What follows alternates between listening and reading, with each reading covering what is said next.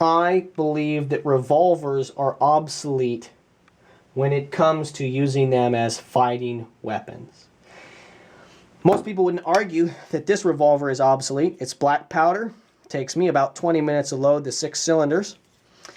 It's only single action. You have to cock the hammer each time. This is a reproduction 1851 Navy Sheriff's revolver. Okay, shorter barrel.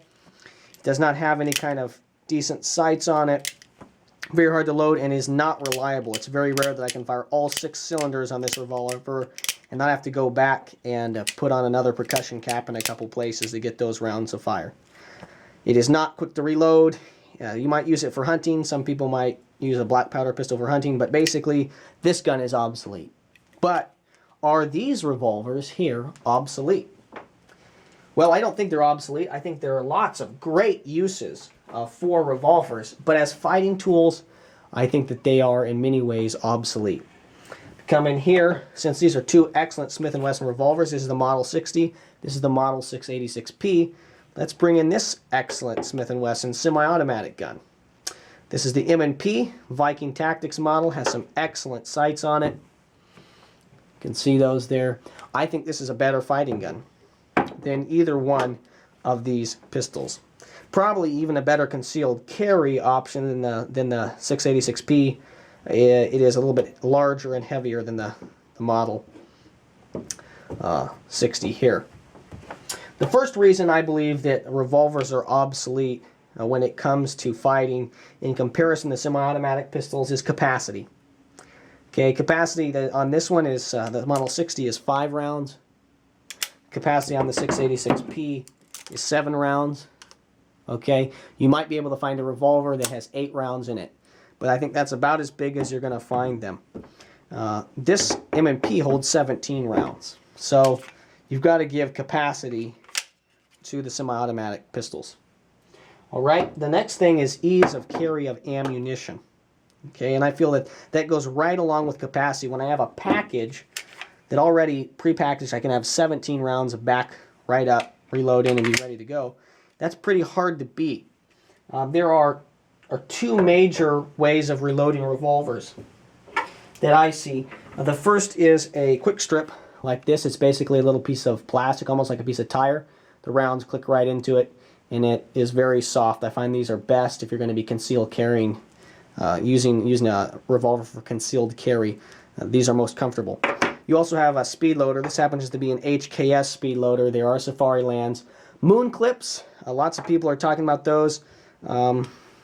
They go in, it's kind of a metal clip goes in. To me, they're not a viable option for most people because most revolvers are not cut. They have to be cut. The metal actually has to be cut here and indented for a moon clip to work. So for me, moon clips are kind of not an option. It would cost hundreds of dollars to modify a revolver, in my research, from a standard revolver that just takes normal rounds in it to being a moon clip. So you have these 2 options to back up a revolver with. I think at this point I'm going to move the 686P out and I'm just going to compare the Model 60 with a Glock 19. I'm doing this because they are basically the same size and weight.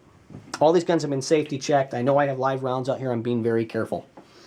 Glock 19 weighs in at about 22, 23 ounces unloaded. This Model 60 weighs in at about 26 ounces unloaded.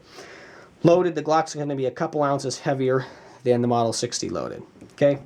But when it comes to ease of carry of ammunition, the Glock 19 has a capacity of 15. Okay? 15 rounds. Let's say that you were choosing to just carry 1 quick strip and the 60 was loaded up. You'd have 8 rounds here, 5 rounds there, for a total of 13 rounds. That means I'm still 2 rounds, even if I'm not carrying around in the chamber on the Glock, I still have 2 rounds ahead of you on the Model 60. If we were competing between the 19 and the 60, you still have 2 rounds, 3 rounds if you carried 1 in the pipe. Now when I throw in an additional magazine, okay, and I think this is realistic, you'll probably might carry 1 magazine, you might carry 1 quick strip. Now I have 30 rounds total here if I'm not carrying 1 in the chamber. And now I still have only 5 and 8, 13 rounds. To get you up to the same level of capacity, we're going to bring in 2 more quick strips. Okay? So now we have 16, 24, we have 29 rounds total. Okay, same deal here. What I think is going to happen is, even though it gives you the same capacity as the Glock, most people are going to leave these at home or in the truck or in their car or vehicle, and they're going to do this. If they do that, they might choose for speed to go to a HKS or a Safariland speed loader, variety like that, which even limits you fewer rounds there. But let's just say that you did this. Capacity and ease of carry of ammunition, allowing you to carry just one additional thing for 15 extra rounds. You could go up to a Glock 17 mag, have 17 rounds. You have to give those two categories to the semi-automatic pistol, and that's one of the reasons I feel that the Revolver is an obsolete gun, because you got capacity and you have ease of carrying additional ammo in favor of the semi-automatic revolver. Let's talk about the reload speed on a gun.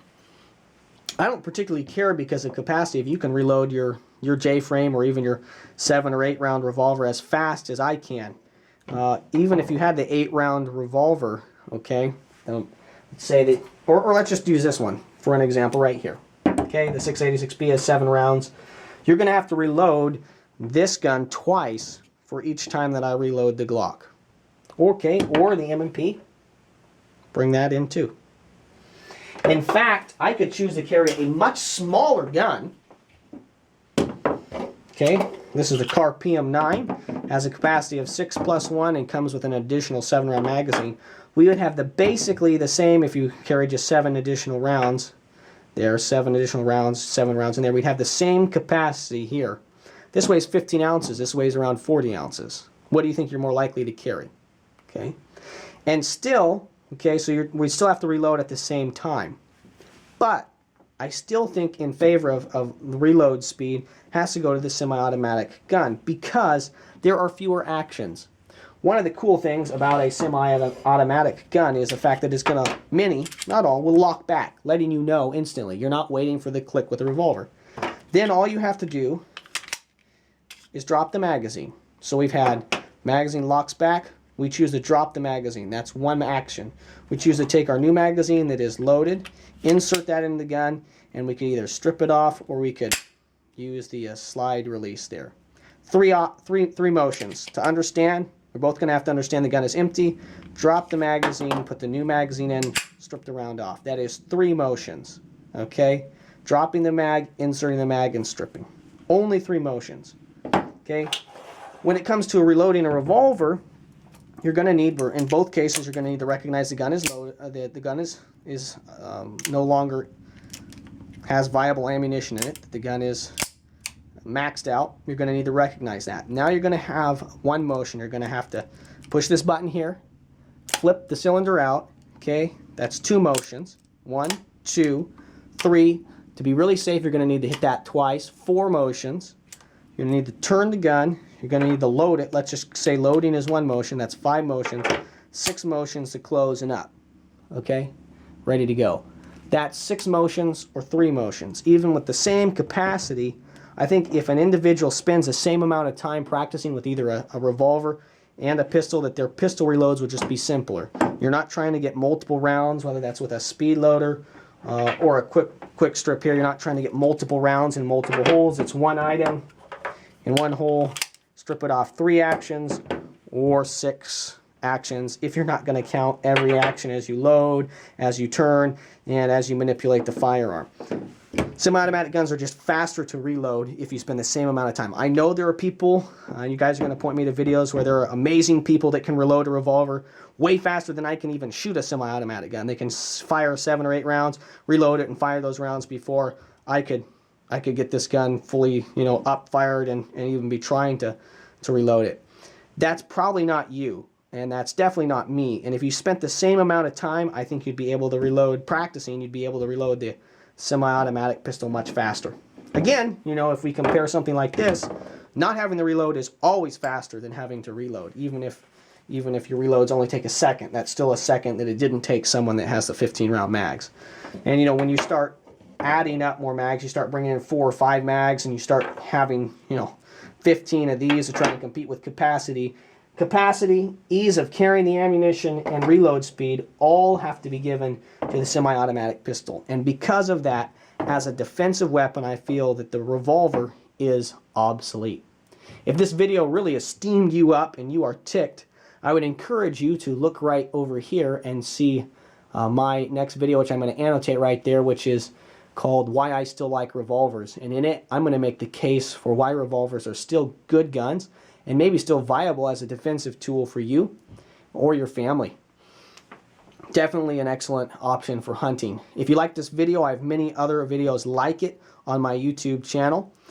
I hope that this video has been interesting and maybe has gotten you thinking about semi-automatics and revolvers, and maybe just reevaluating the way you look at them. My goal is to produce quality video reviews of shooting, survival, and outdoor gear.